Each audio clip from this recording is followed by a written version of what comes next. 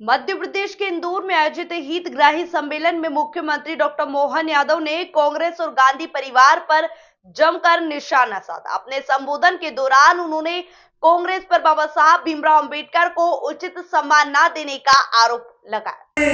इंदिरा गांधी, बाद में सोनिया गांधी, अब राहुल गांधी, इनके बाद ये बहन को लिया है, इनके अलावा कोई बचा ही नहीं।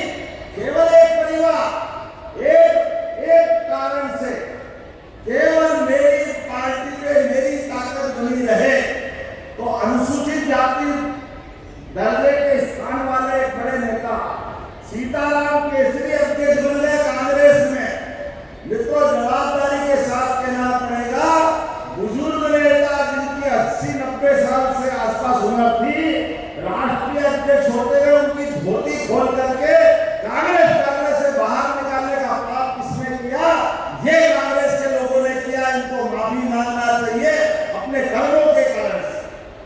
आप बताइए, संविधान को लेकर संविधान बचाने की बात कर रहे हैं। संविधान का जितना दुरुपयोग चारों पीढ़ी ने किया, सबसे पहले नेहरू जी, फिर इंदिरा जी, फिर राजीव जी, सबने। राजीव गांधी ने तो मुस्लिम बहनों के लिए सुप्रीम कोर्ट ने फैसला दिया कि धारा 370 के समान ये 3 तलाक का कानून भी गलत है। लेकिन जैसे बाबा साहब अम्बेडकर ने कहा था कि धारा 370 है, गलत है, इसको मत जोड़ो, नेहरू जी ने दबाव देकर के वो धारा 370 जुड़वाई। परिणाम क्या आया? आज इतिहास गवाह है। हमको उस पार्टी के सम्मान के जिनके नेता ने 1950 के पहले ही ये धारा 370 गलत है, इसके दुष्परिणाम बताते हुए जनसंघ के तत्कालीन संस्थापक और भारत सरकार में नेहरू जी के मंत्री, उन्होंने मंत्रिमंडल में अपने मंत्रियों को लात मार करके ये बात बताई थी कि ये धारा 370 नहीं है, ये हमारे कश्मीर के अंदर ये खून खराबे की धारा है, लाखों लोग मारे जाएंगे, देश इस हिस्से से धीरे धीरे परेशानी उठाएगा, पाकिस्तान हावी हो जाएगा। लेकिन बाबा साहब की बात नहीं सुनी, नेहरू जी ने जान करके वो धारा जुड़वाई। परिणाम क्या आया? हमारे वो बाबा बर्फानी, भोले बाबा, माता वैष्णो देवी का वो जम्मू कश्मीर, जहां 40,000 से ज्यादा माताएं, बहनें, फौज वाले, पुलिस वाले, छोटे छोटे मासूम बच्चे, सबके प्राण गए, 40,000 लोगों के। ये पाप किसी के माथे है तो कांग्रेस के सिर पर है, जिसने ये पाप किया था धारा 370 लगा करके। और 3 तलाक का कानून सुप्रीम कोर्ट से हटाने का निर्णय सुप्रीम कोर्ट ने निर्णय लिया, लेकिन गलत तरीके से कानून में संशोधन करके मुस्लिम बहनों की जिंदगी नर्क बनाने का काम अगर किसी ने किया तो कांग्रेस के तत्कालीन प्रधानमंत्री राजीव गांधी ने किया। मुझे इस बात की प्रसन्नता है, आज यशस्वी प्रधानमंत्री नरेंद्र मोदी जी का शासनकाल है। नरेंद्र मोदी जी ने सुशासन के आधार पर, समता मूलक समाज के आधार पर, और क्या हिंदू क्या मुसलमान, सबको बाहों में लेकर के देश को आगे बढ़ाने के लिए आज दोनों कलंक से मुक्ति दिलाने का काम किया है। श्रीमान नरेंद्र मोदी जी ने हमें इस बात का आनंद है। और इतने ही संविधान के माध्यम से जो अधिकार मिला है, आप बताइए, दिवाली के दिन दिवाली मनाना चाहिए कि चाहे तो दिवाली मनाना चाहिए? कब मनाना चाहिए दिवाली? होली के दिन होली मनाना चाहिए कि चाहे तो मनाना चाहिए? ये सबको मालूम है, लेकिन नहीं मालूम है तो कांग्रेस वालों को नहीं मालूम है कि संविधान दिया बाबा साहब अम्बेडकर ने, तो आना तो भैया 26 जनवरी को आएगा, तो आज काहे के लिए आए? ये उल्टे बात बदली चलते जब तक हो जाए। ना इनको अक्ल है, ना इनके मन में संस्कार है, ना इनको भावना है। जब सब कुछ मिटा के होश में आए तो क्या हुआ? जब सब चला गया हाथ से, एक बार भी 2000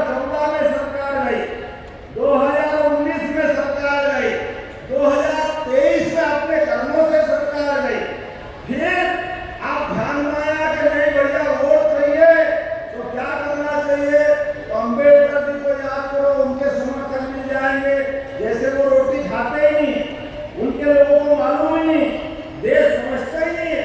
देश सब जानता है कि अगर अन्याय अंबेडकर जी के साथ किसी ने किया तो कांग्रेस पार्टी ने किया, कोई इनके झांसे में आने वाले नहीं। आप लाइन से देखो, महात्मा गांधी, संविधान, लेकिन आज हमने एक और कारण से आपको बुलाया। हमारी सरकार ने निर्णय किया है कि हमारे अपने राज्य को आगे बढ़ाने के लिए यशस्वी प्रधानमंत्री के नेतृत्व में सुशासन लाने के लिए अपने जिन आदर्श को हम मानते हैं उन तिथियों का भी महत्व होता है। जो कार्यक्रम हमारे लिए आज क्या करिए भाई? के आधार पर गणतंत्र से बढ़ के कौन सा दिन हो सकता है? आज तक जवाबदारी के साथ कहना चाहूंगा, बाबा साहब अंबेडकर की जयंती या पुण्यतिथि पर कांग्रेस के राष्ट्रीय अध्यक्ष कभी नहीं आए।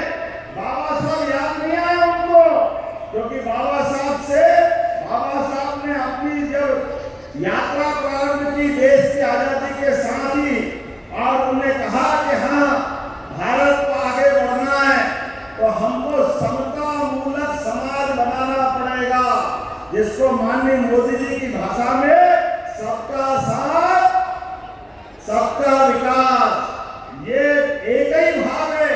इस बात को लेकर बाबा साहब ने यात्रा चालू की थी। जोरदार अभिनंदन करो प्रधानमंत्री नरेंद्र मोदी जी का, जिन्होंने बाबा साहब के उस भाव को लेकर आगे बढ़े। लेकिन ये कांग्रेस के लोग जब भी आते हैं, आंखों में धूल झोंकने आते हैं, झूठ बोलने आते हैं, पता नहीं क्या क्या, पता नहीं कागज के खिलौनों को सांप बनाकर डराते हैं। ये उनके अपनी तरीके हैं। आप अंदाज लगा लो, जिन बाबा साहब अंबेडकर के साथ जीवन भर अन्याय करने वाली का कोई पार्टी रही है, उस पार्टी का नाम एकमात्र पार्टी कांग्रेस पार्टी है। और उसके पहले प्रधानमंत्री जवाहरलाल नेहरू एक बार नहीं, दो बार जब बाबा साहब चुनाव लड़ने गए, मुख्य चुनाव, उपचुनाव, तो उनको हराने के लिए नेहरू जी ने जान लगा करके सभा आयोजित करवाई। और तो वो जिनने हरा दिया उनको पद्म विभूषण देने का उनको लगा के बहुत बड़ा काम कर दिया।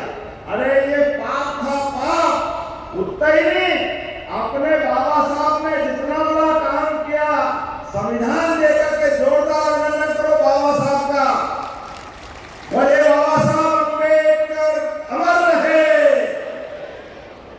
बाबा साहब की इतनी बड़ी देन, लेकिन उनको कोई सम्मान नहीं दिया, बल्कि उल्टे खुद को भारत रत्न ले लिया। पंडित जवाहरलाल नेहरू खुद ने खुद को भारत रत्न ले लिया। दूसरे प्रधानमंत्री इनके परिवार की श्रीमती इंदिरा गांधी, उन्होंने भी भारत रत्न अपने को खुद को ले लिया। आगे बढ़ो, लंबा समय निकल गया, लेकिन बाबा साहब के योगदान को याद नहीं किया। अरे भारत रत्न तो छोड़ो, कोई पद्म विभूषण, पद्म भूषण, पद्मश्री आज हमारे बीच में से छोटे से स्थान से आकर के भी भारत सरकार पद्मश्री ढूंढ के देती है। ये जाति नहीं देखती है, धर्म नहीं देखती है, सबको लेकर चलने वाली मोदी जी की भावना। लेकिन इन्होंने बाबा साहब के योगदान को स्मरण नहीं किया। और आए हो अपने